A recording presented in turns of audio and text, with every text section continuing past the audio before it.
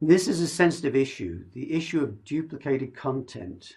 It's sensitive because there seems to be a lot of misinformation about it in the SEO world. In fact, I'm sure many of you will have heard that if you have duplicate content on your site will be penalized. That is, Google and other search engines will downgrade or block your site if they find duplicate content. Well, there's no smoke without fire. Duplicate content can be a problem, but it's rarely the site killer it's made out to be. I'll even prove that to you in this lesson. We'd better begin with a definition. What is duplicate content? It can typically mean two things. It can mean content on your website that is duplicated within your site. That is, the same content appears on multiple pages. Or it can mean content on your site that appears on other websites. Why would you want a page on your site appearing multiple times? Sometimes it occurs because of technical problems on your site, or perhaps due to a trick. It used to be popular in years past for companies wanting web pages to appear when people in different cities searched, to take a page of content and modify it just slightly for those different cities. To merely change the name of the city, leaving the rest of the content the same, for instance. And how about the same content on different sites? That happens very frequently and for very good reasons. Press releases often appear on multiple sites, and so do news articles. The same product information may appear on dozens, perhaps hundreds of different e-commerce websites. So, does Google penalize for these things? No. Certainly if Google found a situation with an egregious level of content duplication within a site that appeared to be done to manipulate search results, that could be a problem. But the Google engineers aren't stupid. They know that most content duplication is either accidental or intentional but innocent. Why shouldn't multiple websites carry a news story from a news syndicator, for instance? Why shouldn't a product manufacturer provide the same information to multiple online stores? So in most cases, the search engines do not penalize sites, though they might eliminate some pages from the index, especially in the case of in-site duplication. So, here's the proof I promised. Here's an article on the Associated Press website. If we go to Google and search for this article, we'll find it on numerous different websites. These pages clearly haven't been blocked by Google, let alone has Google penalized the websites. Google's engineers are well aware of news syndication. If they block sites doing this, they'd have to block half the web. So clearly, duplicated content rarely gets dumped and can come up in search results. In fact, look at this. Google has more than 8 million pages indexed on the Associated Press site.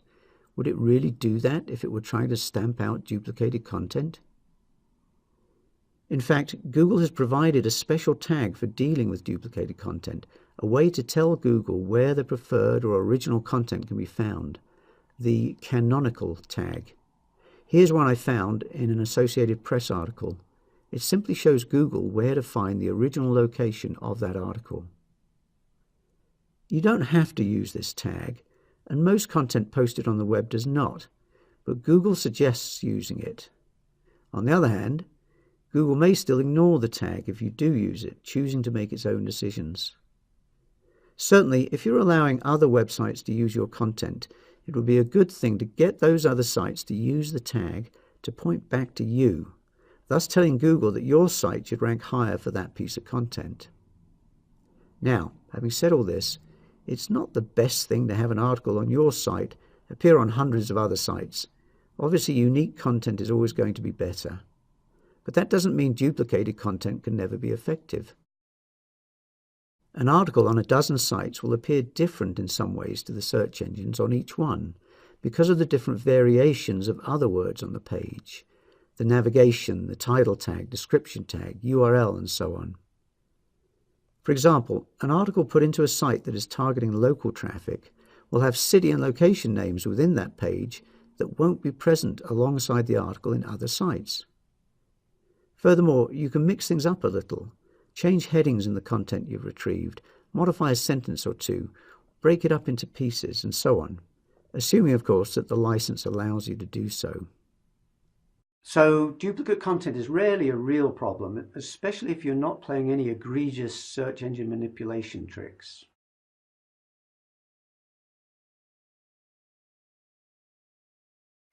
In this section of the course, you're going to start the hands-on work. I'll be explaining a few coding issues for your web pages, on-page optimization related things, in code that's essentially hidden from the viewer of the web page, or at least not noticed, things that are not really part of the content of the page. For instance, I'll be talking about the URL of the page, something visitors don't really pay attention to, and the keywords meta tag, something that's completely hidden to anyone who doesn't look in the source code of the page. For the sake of experimentation, you may want to create a sample web page or copy a page from your site that you can look at and modify. As we work through the lessons in this section, you could then play around a little, changing code to match the best practices that you'll be learning. Now let's look at URLs, how to format them so they work well in the search engines. URL means Uniform Resource Locator. It's a web address, the location of a web page. It contains the site's domain name, along with other identifying information, such as the page's file name and the directory path through the folders or directories. Here's an example. In this case, you could see the domain name, oracle.com, and in fact a subdomain, docs. Over here we see the file name, definition.html. Where is that file? It's in the URLs folder or directory, which is inside the networking folder, which is inside the tutorial folder, which is inside the Java SE folder. Now, URLs are very important from an SEO perspective. There's not much room in a URL, so if a search engine sees keywords in the URL, it's reasonable for the search engine to think that the URL has something to do with those keywords. Let's look at an example. If a search engine saw this URL, it would be reasonable for the search engine to assume that the page is about baseball. In fact, that it's somehow related to baseball scores, and more specifically, it's related to the LA Dodgers. It's not about dental surgery. It's not about mortgages. It's not about movie times. It's about baseball. So we want to include keywords in our URLs, in both file names and folder names. The folder name shopping, for instance, isn't very helpful. Why not use a more specific term, such as buy widgets? So here are a few basic rules for working with URLs. First, separate keywords. Don't run them together. We want to make it easy for the search engines to see the individual keywords. When you separate, don't use spaces and don't use underscores. Instead, use hyphens, dashes. Why not underscores? Because Google for a long time saw the underscore as just another character, not a separator. A while back, Google talked about changing this behavior, but it's unclear whether they ever did. So, as there's no good reason to use underscores anyway, you might as well use hyphens to be safe. Years ago, a lot of developers were wedded to the idea of using underscores, though these days nobody cares so much. But if you do run into a holdover who says you should be using underscores, you can tell them that Google recommends dashes. And don't try to be too clever and jam dozens of keywords into your URLs. Just a smattering is fine. Overload it and it will look to the search engines like you're spamming them and won't help you anyway. What about long, complex URLs like this? This is what's often known as a dynamic URL. It's created by some kind of content management system that is pulling data out of a database. It's very unhelpful from an SEO perspective. As you can see, there are no keywords in here. The fix for this is something called URL rewriting. It's a technical issue that I won't go into here, as it's not the sort of thing the average person undertaking an SEO campaign will do. It's something that a developer would do for you, or perhaps there's some kind of plugin your content management system can work with to do it for you. Rewriting simply converts these complicated database query URLs into something friendlier, with keywords in them, of course. You can find more information by Googling the term URL rewriting. Do you need a file extension? The piece at the end, .html, .htm, .asp, and so on, is the file extension. These days, many URLs do not include file extensions because various blogging systems don't provide them by default. The problem is that then the URL looks like a folder name rather than a full file name. Does this matter? Probably not, or not a lot anyway. However, Google does look at the directory structure of a site to gain information about the site, and if every URL looks like a folder name, then it's hard for Google to understand the structure. As I said, it probably doesn't matter much, especially as it's so common these days to drop the file extension. But personally, I do prefer to have the extension there if possible, and many systems do allow you to use extensions, even if the default is to omit them. So that's essentially it for the URL. Include keywords, even in folder names. Separate keywords with dashes, not underscores, and never spaces. And use URL rewriting if your system is spewing out complicated database query URLs. At this point, you might want to think a little about your URLs. If you already have a URL structure, you might want to take a look and see how it can be changed. For instance, if you have a product folder in the URL path, can you change the name to something more appropriate? If you sell rabbit hutches, then instead of product, use rabbit-hutches perhaps. The same, of course, goes for subfolders, product category and subcategory folders, for instance, and of course the file name, which can perhaps be the product name. You'll also have to decide if you're going to need URL rewriting, and if so, how that's going to get done. Now let's look at the title tag. This is one of the most important components in a web page as far as SEO goes. You can see there are two tags, an opening and closing title tag. The text between the tags is known as the title text, not surprisingly. Why is this tag so important? Because it tells the search engines what the page is about. As the name implies, that's the whole purpose of the title tag. But also, there isn't much room in a title tag. You're only going to put 50 or 60 characters in here, including spaces. It just makes sense that if a search engine sees the words rocket science in a tag that's a title for the page, they can be pretty sure the page is not about dental surgery. So the title tag is hugely important. In fact, for two reasons. One, because it carries a lot of weight in search result ranking, but also because in effect it's a call to action. The title tag appears in the search results. But let's go back to the basics for a moment. Forget search engines. What is this text, the title tag text, intended for? Well, the title text is the name of the page. We've looked at the file name already, but that's a different thing. That's the name of the actual file containing the web page. But the title tag provides a descriptive title or name for the page. It was designed to go into a browser's title bar. These days, with all the major browsers using a multi-tab format, the text is displayed in the tab bar here. This text also appears in the back and forward button lists and the browser's history list. However, as far as the search engines are concerned, the title text, the name of the page, is displayed at the top of the search result for that page. You can see that I searched Google for rocket science. These are the results. This text comes from the title tag. In fact, it's from the same title tag we just looked at. If the title tag text is longer than around 55 characters or so, the search engines will truncate the tag, like this one. That's fine. It's okay if your tag text is longer, although you mustn't just jam dozens of keywords into the title tag. That's an old trick the search engines don't like. But if the tag text is 60 characters or 80 characters, that's fine, but be aware that not all of the text will be displayed in the search results. So you can use the title tag to tell the search engines what the page is about. But the text is also, in effect, a call to action. It's text that is seen by the searcher. Bad text will cause people to ignore the result, to move on to the next one.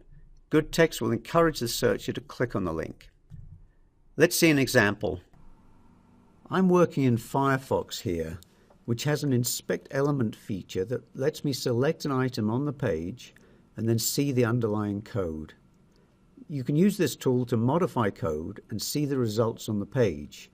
So I can use this tool to illustrate a point. I can change the title tag and we can see the change in the search results page. Obviously, I'm not modifying the original page, just the representation of the page in the browser. Both Google Chrome and Internet Explorer have similar features, by the way. So let's say the title tag looked like this. That's not quite so attractive, is it? It's less likely to be clicked on because in effect the keyword is hidden away at the end of the tag. So it's important that your title tags have the important keywords for that particular page, and also that they're easy to read and give users a reason to click on them. They suggest to the searcher that the reference page contains the information they're searching for. Let's look at a few rules for title tags. First, you must understand that every title tag in a website should be different. Search engines index pages within websites, not just the websites themselves.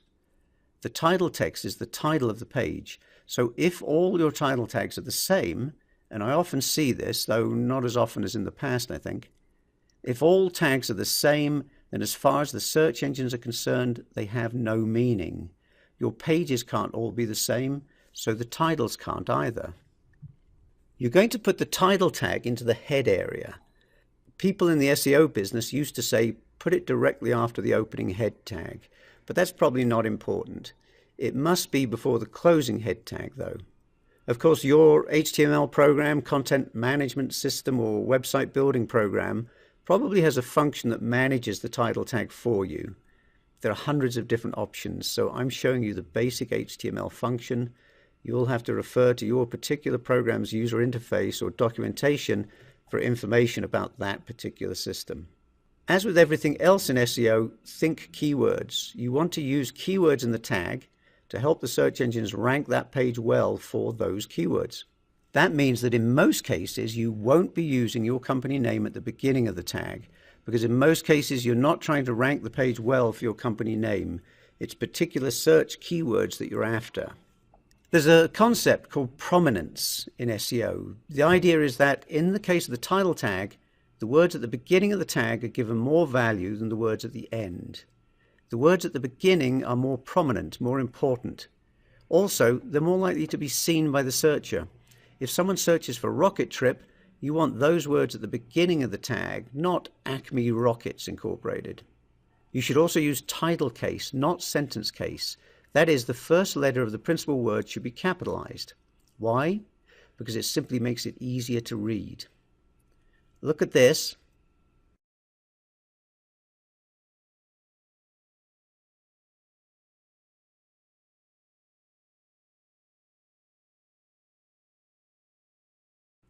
And then this. Which is easier to scan and understand? Searchers don't read search results so much as scan them very quickly, so the words need to jump out. Title case helps the words do just that. And don't make your title text a sentence. Again, the keywords need to jump out. This is a title, not body text. There's no room for a full sentence anyway, but people are scanning the text, not reading it. Again, around 40 to 60 characters, including spaces. A few more is fine, though the last few will be truncated in the search results. So that's the title tag. These are hugely important from an SEO perspective, so spend a little time getting them right. In fact, as an exercise, why not pick a few important pages on your site and spend a few minutes experimenting with your title tags, following these basic rules.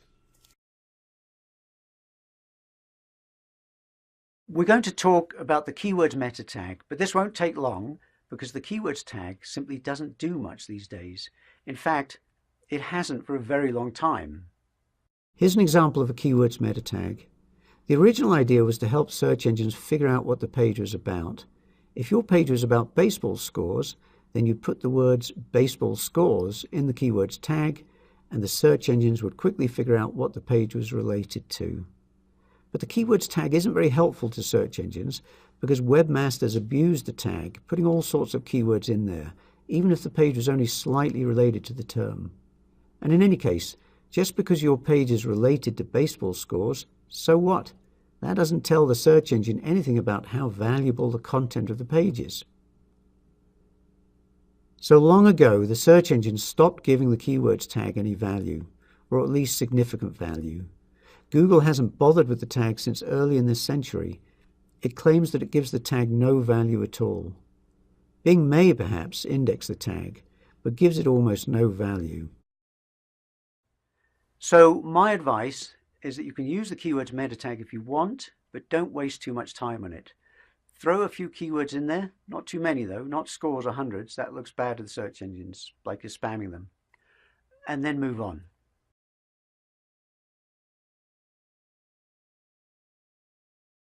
In this lesson, we'll take a quick look at the description meta tag.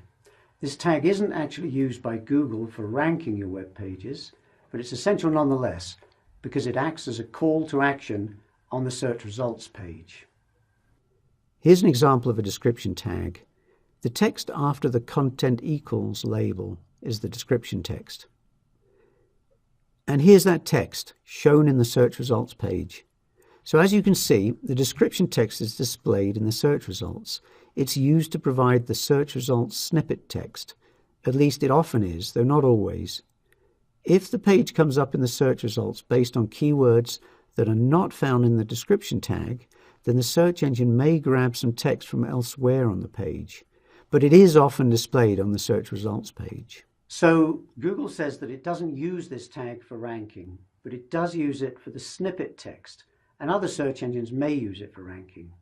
So it's still an important tag, and you should most definitely use it. In some cases, it may be used for ranking, and in any case, it will be seen on the search results page, so the text can influence how many people click the link to your page. So, here are a few rules and guidelines on using the description tag. Firstly, don't make it too long. Don't create huge description tags, hundreds of characters long, stuffed with keywords. Limit them to under 200 characters. In fact, Google will truncate the description text if it's too long at around 150 or 160 characters. It won't do any harm if it's a bit longer, but you don't want to overdo it. Use keywords in the tag text, of course. If you're optimizing the page for rabbit hutches, then use those keywords in the description text. Even though it may not help with ranking, for Google anyway, search engines generally highlight the keywords that the searcher used, so it can still help attract the eye to the snippet in the search results. As with the title tag, using title case is a good thing. This description text would be easier to read if it had been in title case, as you can now see here. People don't really read search results, they scan them. So whatever you can do to make them easier to scan quickly is a good thing. In fact, another thing you can do is remove words that don't say anything. Don't write sentences. Sentences have to be read to be understood, and people aren't reading, they're scanning. So write snippets of text. Look at these two. Is there any information in the first piece of text that isn't in the second? No. All the information's there, though with less reading. And in fact, because you're using fewer words to say the same thing, you can now use your limited space to actually get more of a message in there. Think of the description tag as a sales pitch, a call to action. You're trying to encourage people to click on the link and load the page. So encourage them to do so by providing a simple message that tells them why they should click and what they'll find. Perhaps put a phone number in there to trip up the eye as the searcher scans down the page. Or maybe use a little uppercase. Of course, you won't want to overdo it. One more thing, do not use the same description tag for every page on your website. This is a common problem, but think about it. The description tag is supposed to describe the page it's on. If you use the same tag for every page, then the tag in effect has no meaning as far as the search engines are concerned. After all, your pages can't all be the same. So now you may want to spend a few minutes playing with the description tag text for your sample page. Experiment with writing in snippets rather than sentences, and with creating text that can be quickly scanned and understood and that encourages people to click.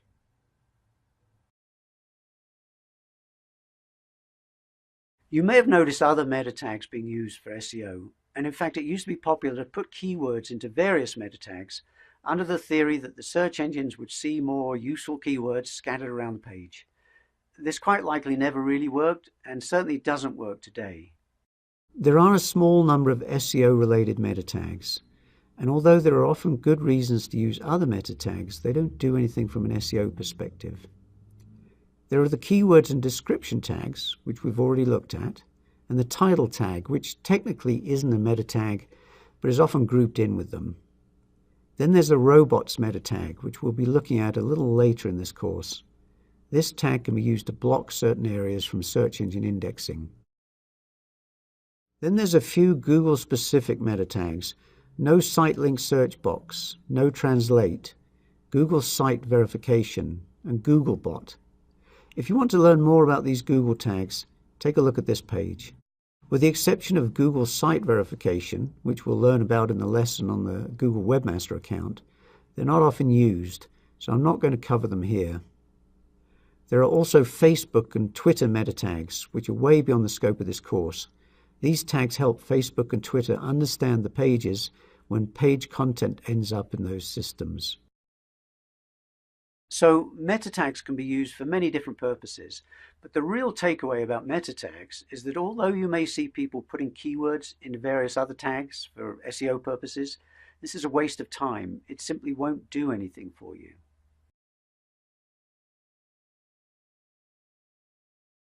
In the previous section, we looked at how to code a few things that are pretty much hidden to the person viewing the page in the browser.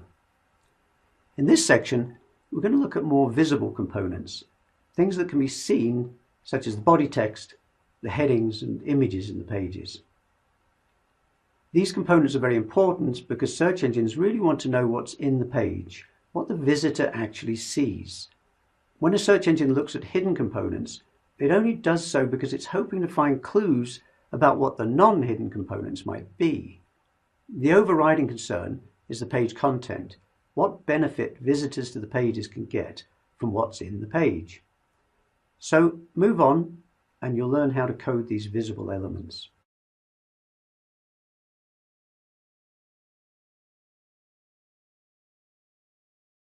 Now let's look at heading tags, an easily used and yet often forgotten SEO tool. The HTML H tags are the heading tags. They denote headings that introduce body text. Now, I've recently heard it said in the SEO community that H tags don't matter, under the strange reasoning that they help, but not much, so they're not worth using. Well, Google recommends that you use H tags, and they probably do help SEO a little, so why not use them? Well, here's why people often don't use them. This heading's been created using CSS and omitting H tags. It's using a class called product_label to define what the text looks like on screen. This is common among many web designers these days. It's common to use CSS, cascading style sheets, to do all the formatting. The problem is, it doesn't tell the search engines that the text is header text. Why do we want to tell the search engines that text containing keywords is header text? Because if a keyword is found in a header, the search engine has a good idea that the keyword must be important. You don't put irrelevant or vaguely related words in headings, after all. You put words that describe what follows into headings. So I do believe H tags, heading tags, are important. Here's an example of a situation in which H tags are being used. This heading is set as an H1 heading, the top level of headings.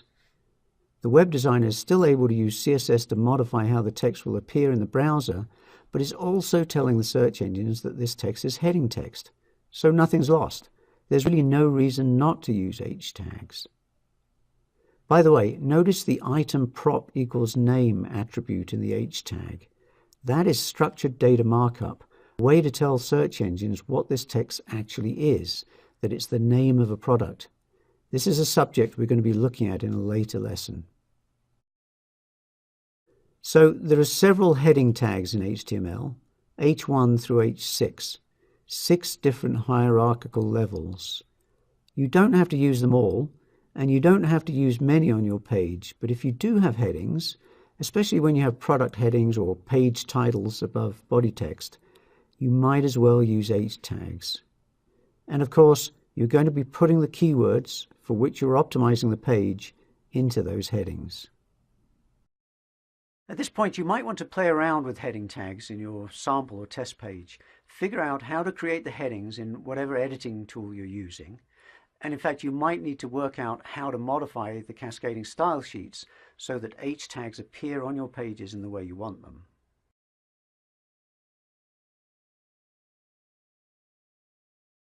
In this video, we'll be talking about body text, the text that your visitors can see on your web pages, and what to do with it from an SEO perspective.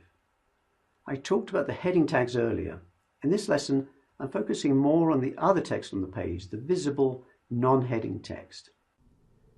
Essentially, you want to put keywords into the body text.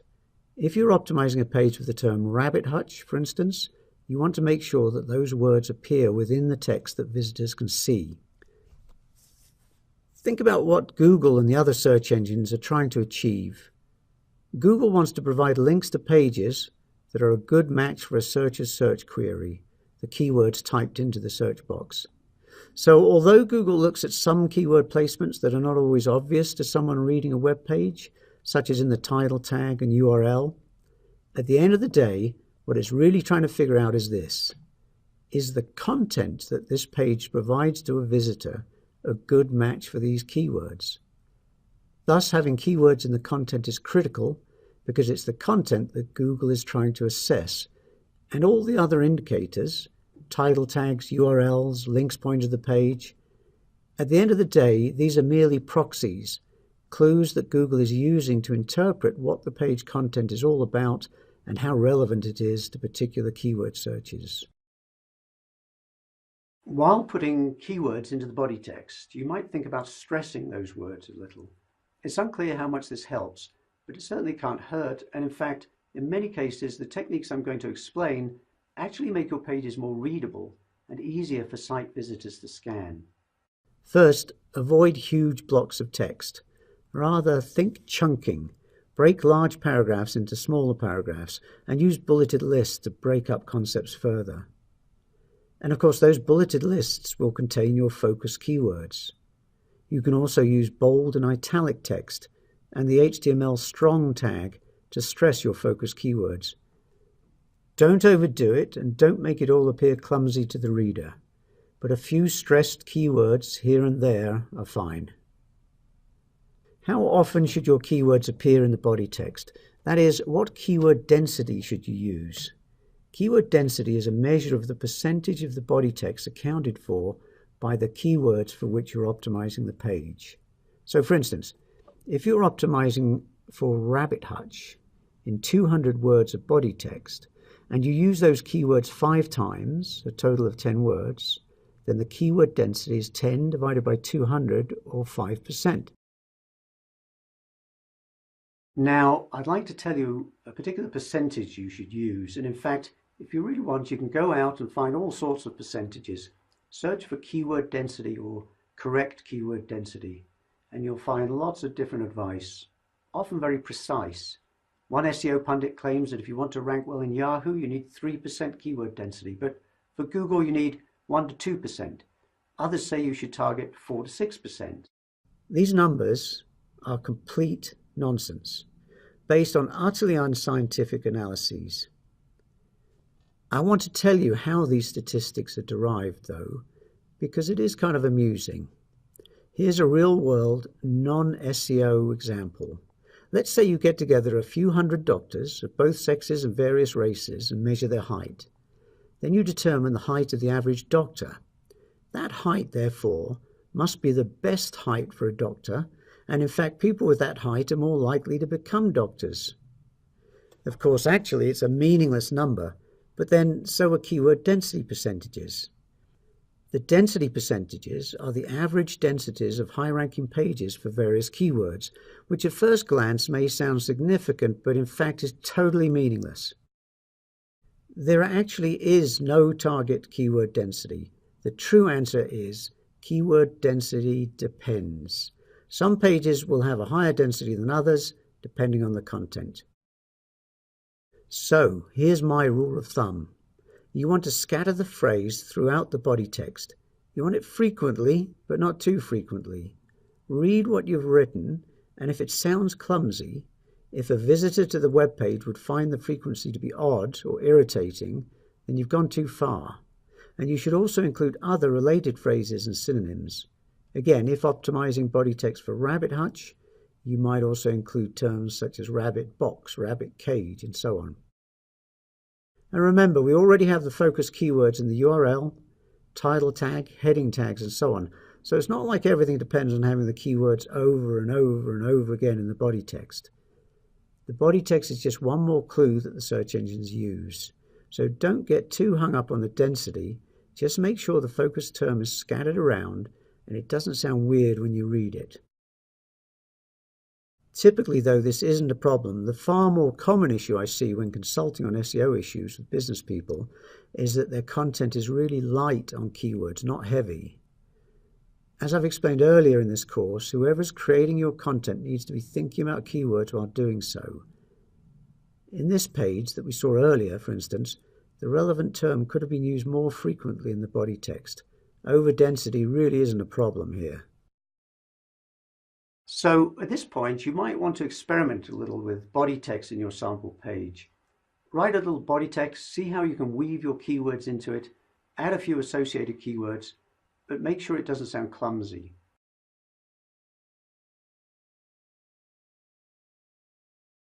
Time to look at the images in your web pages, because you can use them to carry keywords too. In fact, there are two ways images can help you. First, you can place keywords into the image tag to help the page on which the image is placed. But of course, images themselves sometimes, often, come up in the search results, as you can see here. So let's look at the first issue, adding keywords to the image tag to help in the search rankings. Here's a simple image tag. There are a couple of things you can do here. First, we can use keywords in the path and file name. The original isn't very helpful from a keywording aspect. Why not use keywords in the path? The image folder itself could be named rabbit-hutch-images, for example, and the file name can have keywords in it too. But we can also add keywords to the image tag's alt attribute. For years, the alt attribute was used to display text over an image when pointing to that image, as you can see here. This is often known as a tooltip, but it was never really intended for that purpose. Rather, it was intended to store text that would be shown in place of the image in non-graphical browsers, or if images were turned off in the browser. Last time I checked, the three major browsers, Chrome, Firefox, and Internet Explorer, no longer use this text to display the tooltips. The preferred method to create tooltips these days is to use the title attribute. So you might actually want to add keywords to both the alt attribute and title attribute, like this. So we now have keywords in the tag that will appear in the web page, which may help page optimization a little. Probably not a huge amount, but perhaps a bit. But what about optimizing the image itself in the hopes that the image will come up in the search results? Well, there are a few things that can be done. Firstly, keywording the title tag, of course, the path, file name, and alt and title attributes, as we've just seen. But you also want to make sure that the keywords for which you're trying to rank the image appear in the body text near the image, as well as in an H tag above and close to the image. You might also place keywords into an image caption. Another thing you might want to do is ensure that the keywords are in the image's metadata. This is often known as the EXIF data, although actually there are several metadata formats. Metadata is present in JPEG files and PNG files, though not for GIFs. I'm not sure how much this helps, if at all. Google has stated in the past that it does read the metadata. It's unclear how much weight, if any, it gives to this data for ranking, though. Still, it certainly can't hurt. You can get to this data using various EXIF editors. You'll find fields such as description, title, comment, and perhaps a keywords field. And if the fields are not in the file already, you can often add them. You can sometimes even access this data through the file properties. In Windows, right-click on an image and select Properties, then click the Details tab. However, you might not be able to access all the data through this method. An EXIF editor is definitely a better way to go. One more thing. You can also tell Google where your images are using an XML images sitemap. That's something we'll look at later in this course. So for now, you might want to break and take a look at your images, Figure out how your website tags them and how you can improve the situation. Can you change the image paths and file names? Can you add alt and title attributes? How about the metadata? So as you move forward with your optimization, you create a process for images that will assist in page ranking.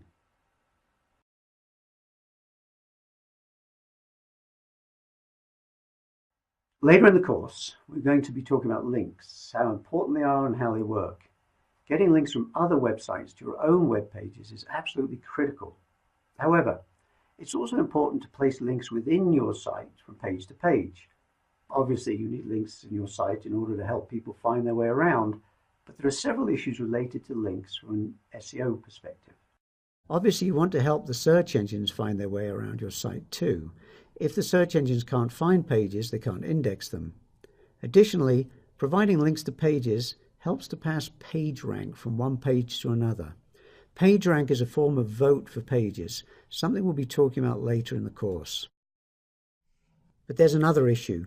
Keywords in link anchor text tells search engines what the pages are about. If the search engine sees a link with the words cricket scores in the link's anchor text, it can be pretty sure that the reference page, the page the link links to, is not about baseball scores, right? It gives another clue to the search engines to help them decide what subject a page is all about. I'd better explain what I mean by anchor text. Anchor text is a geeky term for the text in the link that is visible to somebody viewing a page. Here, for instance, we have a link. The URL after the href tag shows what the link points to, and the text between the A tags, in this case the text cricket scores, is the anchor text, the text that is visible on the web page. Why anchor? Well, here's a little history. Links are created using A tags, and A stands for anchor. A tags in versions of HTML prior to HTML5 could be used to create both links and anchors within text, bookmarks within the text in effect. That is, clicking from one form of A tag would take the user to the point at which the other form of anchor tag had been placed in the page. In HTML5, bookmarks can be placed on various different tags using the ID attribute, but of course we don't need to go into that here. So, as we'll learn later in more detail, the keyworded anchor text is critical. It tells the search engines what the reference page is about, and so it should be used throughout your site to point between pages. In particular, putting links within paragraphs pointing to other pages is very useful, but links in navigation and in lists can be helpful too. But don't overdo it. Don't place a link on every occurrence of the keywords throughout your site, for instance. A smattering is all that's needed. Definitely focus on making sure that you have keywords pointing to your most important optimized pages from various other pages throughout your site. There are three common problems as far as internal linking goes. Firstly, many sites simply don't have many internal links. Second, even if they do have internal links, they're often image links. You really need text links to pass clues to the search engines, although as we've seen earlier, you can also, and should, keyword the image tags. I'm not saying you should never use image links, but make sure your site also has some decent text links scattered around. Finally, even if the site has plenty of text links, they're often what I call click here links, links leading people to other pages, but without decent keywords in them. So at this point, you might want to stop and take a look at your web pages if you're working on an existing site. Could you put more links into the site? Do your links contain decent anchor text with good keywords on them? In most cases, there are plenty of opportunities to add links here and there to provide an extra little optimization boost.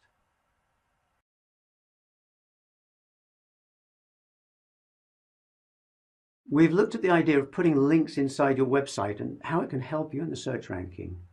Placing links within paragraphs of text is a good thing, but let's take a very quick look at an additional technique to get links into your site, using what I call link blocks. Essentially, these are blocks of links, normally near the bottom of your web pages, and perhaps on every page throughout your site. Here are a few examples. This is a very common technique, and there's no need to be scared of it. People often think that it's somehow cheating, but if search engines penalized every site for doing this, half the sites on the web would be dropped. Don't overdo it though. The last of these may be borderline or perhaps even over the line. Of course, you'll want to put links to your important optimized web pages, and you'll want the link anchor text to match or closely match the terms for which the pages are optimized. You don't have to use the same block of links throughout. You might also have a few variations, perhaps one block for each area of the site or product category.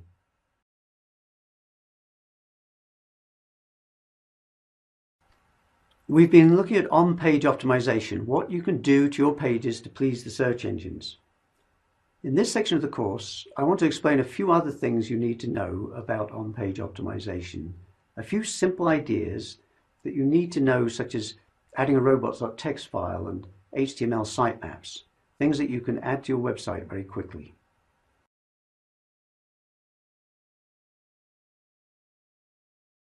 Here's another quick tip. A way to get nice keywords spread around your website. Create a what we do paragraph. The what we do paragraph is my name for a block of text that goes at the bottom of web pages, generally all the web pages in a website, that contains many of the site's most important keywords. It used to be popular at one time, a few years ago, to put simple lists of keywords into web pages, often quite large lists, so the important keywords would appear in multiple pages throughout a site. But these lists aren't very helpful these days.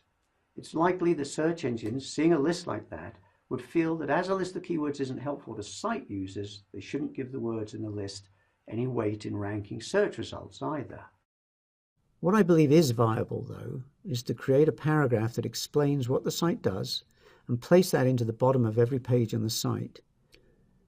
You can mix things up a bit, of course. For example, e-commerce sites with multiple categories of products might use a different paragraph within each category area. A couple of these samples I'm showing here are actually rather small. You can go bigger than these, perhaps 75 or 100 words. The process works like this. First, you produce a list of primary keywords, not a giant list of hundreds, but a list of a dozen or 2 dozen keywords that are commonly used for your products or services. You then start weaving these keywords into a paragraph of text, an actual explanation of what you do or sell. You then take this paragraph and put it into the site footer.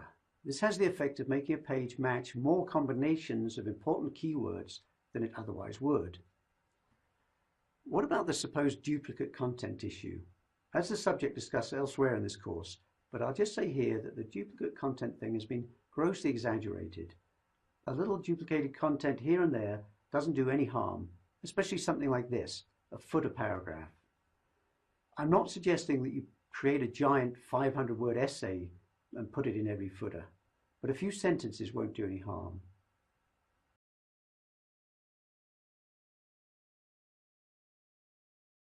In this lesson, we'll take a quick look at the robots.txt file and the robots meta tag. The former is a file that sits in the root directory of your website. The latter is a meta tag that can be placed into individual web pages. Both provide instructions to computer programs that are crawling through your website reading web pages, such as the search bots that download pages for their search indexes. The major search engines and most reputable smaller search engines read these things and follow the instructions. Pretty much every site needs a robots.txt file. The meta tag may be needed in some cases, but probably not often. Let's start with the robots.txt file. There are really 2 things we're going to use this for. We can use it to block areas of the website that we don't want to have indexed, and we can also provide a pointer to our XML sitemap. This is a text file, of course, and is placed into the top of your site, the root directory. Here's an example, CNN.com's robot.txt file, which is providing links to various sitemaps, blocking certain areas, and then specifically allowing access to a subdirectory of one directory that was blocked. Firstly, blocking areas of the site. If you have areas of your site that you don't want indexed by the search engines, you can include an instruction like these 2 lines. First, a user agent line that in this case effectively says this instruction applies to all robots, all programs downloading pages from my site. and then a disallow line saying which parts of the site should not be downloaded. In this case, an area of the site called private. You can also provide instructions to particular bots like this. In this case, of course, the search bot named Googlebot is being told not to download from the private directory. You can find a list of robots here, though of course few people really need to specify instructions for particular bots. You'll notice that if you screw something up in your robots.txt file, you can really hurt your site. This instruction blocks all robots from all areas of your website. You'll be dropped from the search indexes if you use this, so you'll want to be careful. Luckily, there are robots.txt testers, little utilities that will test your robots.txt file and tell you what the file will do. In particular, there's Google's test tool, which you can find in the Google Webmaster account, or what Google's more recently started calling the Search Console, a subject you'll learn about later in this course. Another thing to consider, the robots.txt really provides requests to the bots. There's nothing that forces them to comply. So if you have areas of your site that are really important to protect, robots.txt is not the way to do it. And one more blocking issue. These days, search engines, in particular Google, may read your JavaScript and CSS files. So although many developers used to use robots.txt to block the directories holding those files, it's probably not a good idea to block the search engines from such information these days. Now, the XML sitemap reference. I'll be telling you more about the XML sitemap in a later lesson, so I won't go into a detailed explanation.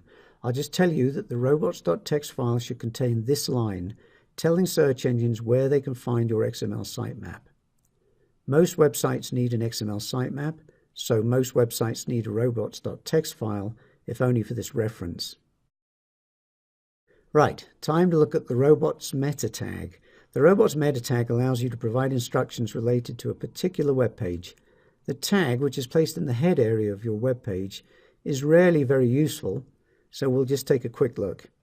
Here's an example. The instructions appear in the content attribute, of course. There are a few different instructions you can use.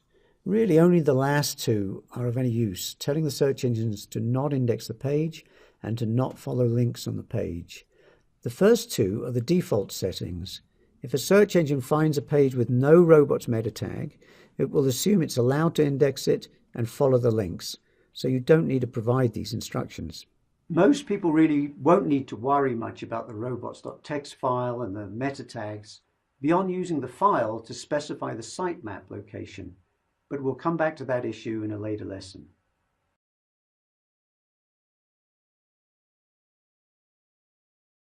Later in this course, we'll be discussing XML sitemaps, which provide an index of your site to the search engines, so the engines can quickly find all the pages and other content, such as videos and news articles, in your website.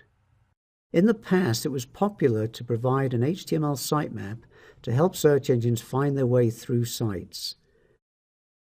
This probably isn't very important these days, assuming you've done a good job of ensuring that your site has plenty of easily read links throughout the pages.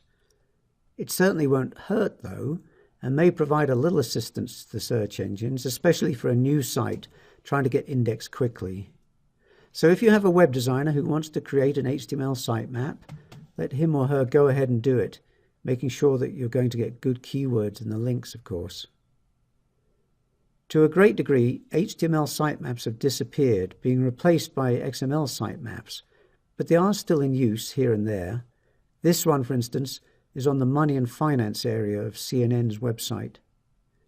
And sitemaps can also be helpful to actual site users, so many website owners have kept them as another navigational tool for their visitors.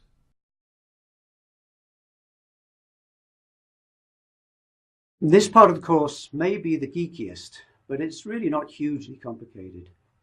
We'll be looking at structured data markup, a way to add code to your web pages in order to tell the search engines what some of the information is. You can tell the search engines that a piece of information is a recipe or a product, for instance, and that this part of the information is a name and that part of the information is the price, and this over here is a review, and so on. I'll be explaining why you might want to do this. If you've heard of rich snippets, well, structured data markup is how you create them. but markup can be used for other purposes, as you'll learn. I'll also show you how the system is broken into two pieces: the libraries of hundreds of different classes or types describing different kinds of things on the one hand, and the coding or tagging systems used to embed this information into your web pages on the other.